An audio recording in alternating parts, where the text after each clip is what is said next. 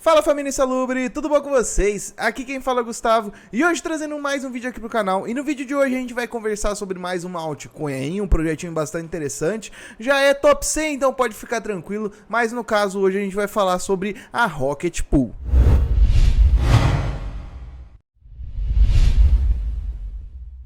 É isso mesmo, galera, a gente vai falar sobre uma cripto aí que já me pediram muito no canal, que é o token RPL, que é referente a Rocket Pool, faz parte aí do ecossistema ali da Ethereum, competido aí com a Lido Finance, e a gente vai falar um pouquinho mais sobre essa criptomoeda. Mas antes de mais nada, galera, antes da gente fazer aquela análise completa dos insalubres que vocês tanto gostam, deixe esse like aí que ajuda demais a gente, se inscreva no canal se você ainda não é inscrito, e também ative as notificações para estar recebendo todo o conteúdo insalubre. Lembrando que a gente está todos os dias às 10h30 da manhã aí, ao vivo, trazendo conteúdo diariamente para vocês. Então, por isso, se inscreva e não perca nada.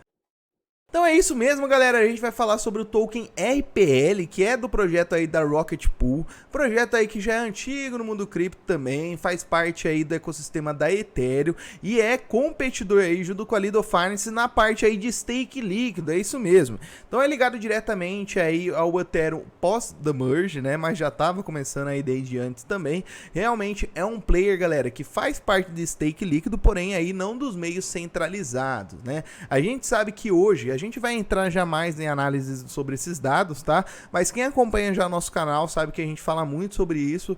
E hoje, galera, a Lido Finance, de fato, ela é uma competidora muito forte, domina a maior parte do market share de stake líquido. E para você que não entende o que é stake líquido, galera, a gente tem a possibilidade, né, de fazer o stake de uma criptomoeda, muitas vezes ali colocar e depois tirar e receber rendimento em cima disso. Porém, quando a gente coloca a moeda em stake, a gente fica uma parte do capital comprometida ali fazendo o stake de fato. A gente tem que pegar uma cripto ou uma quantidade de capital e deixar lá parada para receber os rendimentos dela, mas é um capital ali parado, né? Então tem protocolos que permitem a gente fazer o stake normalmente, porém eles não fornecem um ativo sintético para a gente permanecer líquido e conseguir utilizar em outros protocolos para fazer uma rentabilidade um pouco a mais, tá? Então é por isso que chama stake líquido, e muito disso começou por conta que quando iniciou aí os stakes de Ethereum, né, para se tornar os novos validadores, não tinha aí data de previsão das retiradas desses Ethereums que estavam em stake. Agora em março, né, a gente vai ter março não, né, já adiaram. Agora no começo de abril, ali na primeira quinzena, a gente vai ter a atualização Xangai do Ethereum, que já vai determinar aí o desbloqueio de quem está fazendo o stake de Ethereum hoje já poder desbloquear. Então realmente aí muitos especulam se vai ser uma atualização boa ou ruim. Na minha concepção eu acredito que vai ser muito boa, porque é uma porta de entrada para grandes players. Porque imagina só, você é um grande player, tem um grande capital, poxa, queria tornar de fato aí um validador da rede Ethereum, ganhar rendimento em cima disso, porém se eu não tenho data aí para retirar meu dinheiro, por que eu vou colocar em stake? Então realmente aí sem previsão de quando eu vou poder retirar, é um pouco complicado eu comprometer esse capital. Então agora que já vai ter quando a gente vai conseguir retirar e como a gente vai conseguir retirar depois de fazer o stake, poxa, isso daí vai ser ótimo e talvez uma porta de entrada muito interessante. Só para vocês entenderem tudo isso que eu falei ali com dados, tá? Hoje a gente tem uma quantia depositada de Ethereum de 17 milhões e 500 mil Ethereums em stake, desse quantia aí total que a gente tem de Ethereum, em torno aí de 120 milhões que a gente tem em Ethereum em circulação. Então isso está confluindo, né? Então a gente está vendo que o número de Ethereum em stake está aumentando. Consequentemente, a gente vê a porcentagem de Ethereum em stake comparado ao circulante, que está ali em torno de 14%. É claro que a gente tem protocolos hoje que tem maior porcentagem. Por exemplo, só vou dar de exemplo ali aquela stablecoin ADA Cardano. Hoje a gente tem ali de porcentagem de validadores, mais de 60% aí das moedas está na mão de validador, ou seja, daquela galera que coloca em stake. Então isso daí mostra pra gente, galera, o espaço que tem de crescimento, e eu acredito que esse número estava limitado justamente por aquela questão que eu levantei, que é a realização aí da liberação dos Ethereum em stake. Então quando a galera conseguir retirar, eu não acredito que esse número vai cair ao infinito não, eu acredito que esse número vai aumentar justamente por ser essa porta de entrada, tá? Então aqui a gente já consegue ver aqui que 33% está na mão aí dos players que fazem essa parte de stake líquido. Então realmente aí já é uma parcela muito grande, poxa, os outros 70% tá na mão aí dos restantes, mas 33%, ou seja, um terço praticamente aí de todos esses Ethereums que estão em stake, estão na mão desses players ali, desses dApps, protocolos aí que fazem stake líquido, como a Lido Finance e a Rocket Pool. Bem interessante também, tá? E agora partindo aqui para o market share, a gente consegue ver aqui, ó, 33% na mão de stake líquido, 26% está na mão de SEX, então a gente tem serviço fornecido ali por Coinbase, Binance, por exemplo, Kraken, tá? A gente tem aqui undefinido, que seria aí os stakers, que se for nós validadores aí autônomos, por exemplo, entre outros, e a gente tem aqui stake pools, que seriam pools de stake, mas não líquido. Então quem coloca o Ethereum lá em stake, não tem nenhum ativo para permanecer líquido, você está sujeito somente à rentabilidade aí em cima do protocolo. Então de fato, galera, é uma porcentagem aí de market share em cima desse tipo de mercado, que é a parte ali do stake líquido, em cima ali dos validadores de Ethereum, que domina uma parte muito grande e a maior parte está na mão da Lido Finance. Mas uma coisa que eu quero levantar em questão aqui com vocês é que se 31% está na mão da Lido Finance, 24% está na mão ali daqueles não definidos, depois a gente vai ter Coinbase, Kraken, Binance, Staked Fish, Staked Us, que são o quê? Protocolos de stake e também aí corretoras. Então só tem um stake líquido? Não, galera, a gente vê ali que a Rocket Pool está aqui com a sua parcelinha um pouco pequena, porém sim é o segundo player aí da parte de stake líquido, tá? Então esses 33% só tem Lido Finance e Rocket Pool. Então acaba sendo um pouco interessante, né, que a gente tá vendo aí que o maior player desse setor ali que faz o stake de Ethereum é na mão da Lido, mas o seu concorrente ali tá em segundo colocado, que é a Rocket Pool. Então, não quer dizer ali que a gente vai ver, né, de fato a Rocket Pool sair sobressaindo em cima da Lido, que ela tem um monte de diferencial. Não, isso daí mostra pra gente ali que ela está na segunda colocação no ramo dela. Falamos um pouquinho sobre os dados ali, né, referente a na parte de stake de Ethereum, tá bom? Agora a gente vai ver um pouquinho sobre o protocolo da Rocket Pool e tal, ver como é que é a página deles, mas aqui a gente tem a Rocket Pool, hoje ali tem 421 mil Ethereums na mão da Rocket Pool, claro que ali tem uma porcentagem muito maior, não quero ficar comparando o vídeo inteiro, mas uma coisa que é interessante também, hoje a gente tem ali mais de 2 mil operadores na Rocket Pool, enquanto a Lido ali tem em torno de 29 validadores, só que são validadores ali empresas, são validadores centralizados, mas a gente está vendo ali que a Rocket Pool, nessa parte de stake líquido, é um protocolo bem mais descentralizado. É claro que isso daí tem contras também, né, galera? Então, por exemplo, as taxas aqui na Rocket Pool ali, que são geradas, as recompensas ali para quem está fazendo o stake de Ethereum, pode não ser aí tão lucrativas quanto o da Lido Finance, por exemplo, justamente aí por conta dessa descentralização, tá bom? E também quando a gente tem uma descentralização muito grande, às vezes as tendências ali do mercado de stake líquido pode demorar um pouquinho para implementar na própria Rocket Pool, tá? Devido a essa descentralização que é um pouco grande, mas isso daí já mostra pra gente, né, que o cliente da Rocket Pool é um pouco diferente do cliente aí da Lido Finance, tá? Mas continuando aqui, então a gente consegue fazer o stake de Ethereum e também executar até mesmo um nó pela própria Rocket Pool, tá? E entrar ali na parte dos nós validadores, tá? E a gente tem a permissão, né, de se juntar à rede da Rocket Pool e a gente precisa apenas 16 Ethereums para se tornar um nó validador da Rocket Pool. Ao contrário, se você for se tornar um nó validador aí completo, né, você se tornar um full node, você vai precisar ali de em torno de 32 Ethereums, é praticamente o dobro, tá? E o ROI é um pouquinho mais alto, né, que é o retorno ali sobre o investimento seu. Mas lembrando, né, galera, quando a gente tá falando de stake de Ethereum, é claro que a gente está falando aí de se tornar um validador da primeira maior rede ali que a gente tem no mercado, mas não quer dizer, né, galera, que seria a melhor rentabilidade que brilha nossos olhos ali.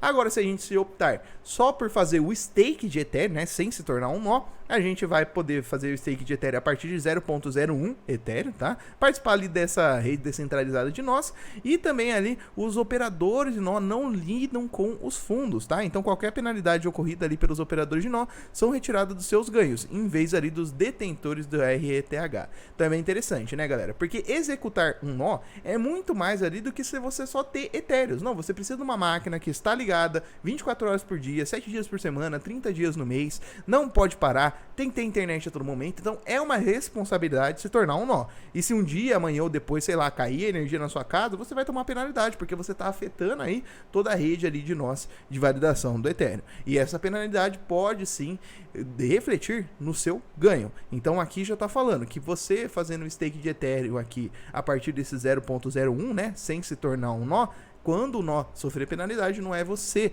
nós que estamos fazendo o stake de Ethereum, que vai receber a penalidade. Bem interessante essa questão aí, tá? E hoje a base média aí de retorno para esses Ethereum que tem stake é de 4,36, tá bom? Por cento. E é lógico, né, que isso já está incluso, né, as taxas ali também da RPL, porque só para vocês verem, né, aqui a questão ali de quem é um novo validador é um pouco mais alta, justamente aí por essa responsabilidade a mais também, tá? A parte de segurança aqui, ela fala aí sobre as auditorias que ela já passou, então sobre a Sigma Prime, a Conscience Diligence, a Trillia Bits e a Immunify Bugs, tá? Continuando aqui, ele fala um pouquinho sobre como que funciona a Rocket Pool, mas tudo que eu expliquei para vocês, né, galera, já deu para entender um pouquinho sobre o que eles têm a oferecer. E aqui seria a parte da comunidade, lembrando aqui que eu vou deixar o link fixado aí no primeiro comentário para você conhecer um pouquinho mais sobre esse protocolo, mas lembrando, galera, sempre quando vocês verem um vídeo aqui no Insalubre, quer conhecer um projeto, vem aqui no CoinGecko, pesquisa o projeto, e a gente já consegue acertar aqui o projetinho, que é a Rocket Pool. No caso, a RPL ou Rocket Pool, você já vai encontrar aqui, tá? Onde a gente já consegue ver a moeda, que tá no rank 66 hoje, no rank geral cripto. Então, realmente, ela já é uma moeda um pouco maior. Tem ali a sua capitalização de mercado em torno de 710 milhões de dólares. E voltando, né, por que eu falei? Sempre quando for querer pesquisar, procure aqui nesses sites maiores, como o CoinGecko ou até mesmo o CoinMarketCap, porque a gente consegue ver os links oficiais. Então, clicando aqui, eu já abro o site, aqui eu já consigo ver o white paper, o Medium, aqui eu consigo ver até o Etherscan, ou seja, o contrato direto na blockchain. Continuando, aqui a gente teve uma all-time high ali, né, do nosso token RPL, ali para meados ali de, poxa, 59 dólares mais ou menos. Nessa alta que a gente teve em 2023, novamente a gente visitou a faixa etária ali dos 50 dólares. Então isso mostra pra gente, né, que a galera está olhando aí o token RPL. Então não foi só o token da Lido Finance que apresentou essa valorização aí no começo do ano.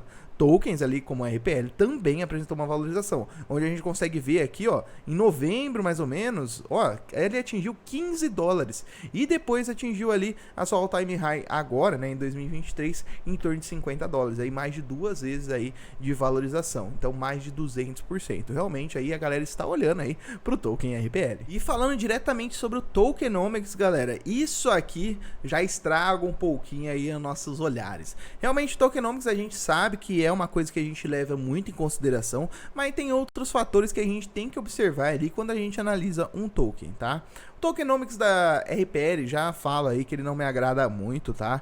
Ele foi aí lançado com uma oferta inicial ali de 16 milhões de tokens a mercado, tá? Mas com uma emissão infinita, com uma taxa de inflação de 5% ao ano. Então, esses 16 milhões, ele é infinito, independente ali se tem hoje 16 milhões em circulação, mas como a gente já viu ali, tá em torno de 19 milhões hoje de tokens em circulação, e ele tem essa taxa de inflação anual que pode ser alterada de acordo ali com os votos de governança da DAO. Então, hoje a gente tem um token com emissão infinita com uma taxa de inflação de 5% ao ano, tá bom? Então, realmente aí isso acaba atrapalhando um pouquinho nossos olhares. E esse 5% ao ano, tá bom? Como que vai ser aí designado todas essas questões? 70% vai vir aí por conta aí dos nós operadores, então serão tokens recompensados ali para os nós validadores que estão validando aí as questões, deixando suas máquinas ligadas, como eu expliquei para vocês. Então 70% vai para esses nós validadores, 15% vai ir para os membros aí do Oracle DAO, então é ele pelos fornecedores ali quem organiza a DAO da Rocket Pool, tá? E depois outros 15% vai para o próprio tesouro do protocolo. Então a gente está vendo ali que tem uma taxa de emissão infinita e está dividida ali um pouco como que vai ser emitida aí esse 5% ao ano, tá bom? E como eu falei, a taxa de inflação pode ser alterada amanhã ou depois pela própria DAO. E se amanhã ou depois a própria DAO falar que vai cortar a emissão de tokens, vai cortar, e é isso. Então realmente isso daí é muito interessante, e de acordo com que a gente anda acompanhando a RPL, a gente vê que é uma equipe bastante competente e que a comunidade anda curtindo bastante. Como eu falei para vocês, às vezes o cliente da Rocket Pool é diferente um pouquinho do cliente da Lido Finance. A gente vê às vezes o cliente da Rocket Pool, às vezes é aquele cara mais criptonativo, do ramo ali de varejo. A gente vê ali que a porcentagem da galera que faz o stake ali pela Rocket Pool é uma porcentagem um pouco maior, então a gente vê essa descentralização, a galera ali que prega um pouquinho por essa descentralização, então a gente vê um pouquinho os clientes um pouco diferente. Então é bem interessante, a gente tá vendo aí a segunda do ramo, então a única competidora ali da Lido Finance que tá chegando à altura, então é bem interessante a gente ver essa parceirinha de espaço que tem dentro aí da Rocket Pool. E continuo afirmando que o tokenomics não agrada bastante, tá? Porém, como a gente vê essa inflação aí de 5% ao ano, que acaba não sendo tão grande, né? Como a gente vê em outros projetos, como a Optimus, por exemplo, que a gente vê uma inflação até com tanto quanto agressiva aí do token, principalmente aí nesses primeiros anos. Mas voltando aqui no token da RPL, isso daqui é uma coisa que me agrada bastante. Aqui falando aí sobre o total aí de RPL dos Ethereum em stake, né? A gente tem aqueles 341 mil em cima ali dos nós validadores, tá? Somente dos nós validadores, tirando a porcentagem aí da galera que faz em stake sem se tornar um nó. Mas uma coisa que eu achei interessante, galera, 41% está aí na mão dos caras que fazem stake de RPL, em torno de 7 milhões ali dos tokens, quase 8 milhões de tokens estão na mão aí desses caras que fazem o stake de RPL também, né, galera, para se tornar um novo validador, o que é bem interessante, né? Então a galera que tem o RPL também, a gente tem mais de quase 50% aí da oferta circulante que está travada aí na galera, tanto da DAO ou na galera aí da validação de nós, que é bem interessante também. Por último, não menos importante, né, galera? Quando a gente fala de stake líquido, como eu falei, a gente coloca uma quantia de etéreos ali e recebe uma quantia de um sintético para a gente permanecer líquido, né? Então, galera, a gente tem um Ethereum sintético ali da Rocket Pool que chama RETH, tá? A gente tem o sintético da Lido que chama STETH, né? E a gente tem esse aqui da Rocket Pool que é o RETH. Hoje ele tem um supply circulante aí de 208 mil Ethereums, tá? E uma capitalização de mercado de 347 milhões. Mas não é nem tanto essa questão que entra no quesito, né? Uma coisa que ele precisa manter, é lógico, é o PEG, né? É o valor referente aí ao próprio Ethereum. E agora também a gente precisa ver onde que a gente consegue utilizar, né, galera? Porque não adianta nada a gente ter um ativo que a gente não consegue utilizar em lugar algum. Então, a gente já consegue ver, galera, que conseguimos utilizar sim o RETH, por exemplo, mantendo liquidez ali de RETH e WETH, e aí a gente já consegue receber uma rentabilidade ali. Na Curve Finance a gente consegue montar outros pares de liquidez. Na V3 da Optimus também conseguimos montar. Na Balancer, na Velodrome. Mas é basicamente esses protocolos que a gente consegue rentabilizar o nosso RTH. Ele não vai ser aceito em tudo. Mas, poxa, a gente conseguiu utilizar um ativo sintético para receber uma rentabilidade a mais. É bem bacana. E agora um pouquinho aqui da visão dos insalubres em cima ali do projetinho da RPL, galera. Uma coisa que eu quero lembrar. Nada disso aqui é uma dica de investimento. Eu apresento um pouquinho o projeto para vocês, como ele funciona, qual que é a ideia, e aí você estudando um pouquinho mais sobre o projeto, amanhã ou depois se fizer sentido para você investir, aí é com você, meu parceiro. Mas isso aqui não é uma dica de investimento. Mas agora falando diretamente aí sobre o token, sobre o projeto em si, é interessante que a Rocket Pool, ela é a segunda colocada no ramo, e mesmo, né, que a Lido Finance seja dominante no setor, e até mesmo no ambiente DeFi, galera, ela tá dominando ali 19% ali do TVL que está no ambiente DeFi. Então, mesmo ela mantendo a colocação, ainda a gente tem a Rocket Pool na segunda colocação quando a gente fala de stake líquido. Claro que tirando o Binance e outras corretoras ali centralizadas que oferecem esse setor, ou até mesmo de stake de Ethereum sem ser a parte de líquido. Então, ao longo do tempo, que eu acredito, né, que a gente pode ver essa atualização Xangai ter um crescimento exponencial nesse ramo aí de stake líquido, a gente pode ver a Lido Finance crescer, né, e ainda levar a segunda colocada junto, que é a Rocket Pool. Então, se amanhã ou depois a gente vê um crescimento muito grande ali da parte desse ecossistema, como eu falei, mesmo a Lido Finance mantendo no topo da colocação, ela que domina hoje ali essa quantidade de setor, a Rocket Pool que domina seus 2%, pode atingir amanhã ou depois ali seus 10% de market share. Então, ela ganhar uma relevância até que grande, mantendo ali na segunda colocação. Então ela tem uma chance de crescimento, mesmo que tenha uma oponente muito forte aí. Mas como eu falei para vocês no decorrer do vídeo, às vezes o cliente de um não é o mesmo cliente do outro, o que é bem interessante. A gente vê uma um pouquinho mais descentralizada, outra um pouquinho mais centralizada, uma com maiores prós, outras com maiores contras e vice-versa. Ambas são interessantes, mas eu quero trazer para vocês aqui essa diferença entre as duas. É claro, né, entrando novamente nos tokenomics, já é uma parte totalmente negativa na minha visão, né? Então a gente vê vê ali que é um token totalmente inflacionário, com uma emissão infinita, mas que amanhã ou depois, por conta da equipe, que a equipe apresenta ser bastante capaz, e o que é bem interessante, é bastante respeitada ali no ambiente da Ethereum. A gente vê que na Ethereum Day ela foi citada algumas vezes, principalmente ali por desenvolvedores ali que fazem parte da organização do Ethereum. É bem interessante a gente ver esse protocolo mantendo nessa colocação. Então, como eu falei, tokenomics não agrada, mas às vezes a médio prazo, ou até mesmo a médio e curto prazo, a gente pode ver um crescimento muito grande, e após a atualização da Xangai e do Ethereum, então só depois dessa atualização que a gente consegue ver como que vai ser o andamento desse setor. Mas, na minha opinião, tende a crescer, e às vezes a Rocket Pool pode se beneficiar disso. Então espero que tenha gostado do vídeo de hoje, galera. Mais um projeto que eu tô trazendo aqui para o conhecimento de vocês. Inclusive é um projetinho aí, né, top 100, galera. Então é um projeto grande que já é para você estar entendendo um pouquinho como é que funciona, principalmente essa parte de stake líquido. Temos um vídeo aí sobre a Lido Finance também para você estar assistindo, então já recomendo a todos também voltar a assistir. E se gostaram, galera, deixa o like, isso ajuda demais aí no desenvolvimento do canal. E se inscreva no canal também, que a gente tá com uma metinha ali de 10 mil inscritos e acreditamos em vocês que podemos atingir. Não se esqueça de se inscrever no canal e também, galera, acompanhe a gente nas lives diárias que a gente traz todos os dias às 10h30 da manhã. Um forte abraço para você e falou!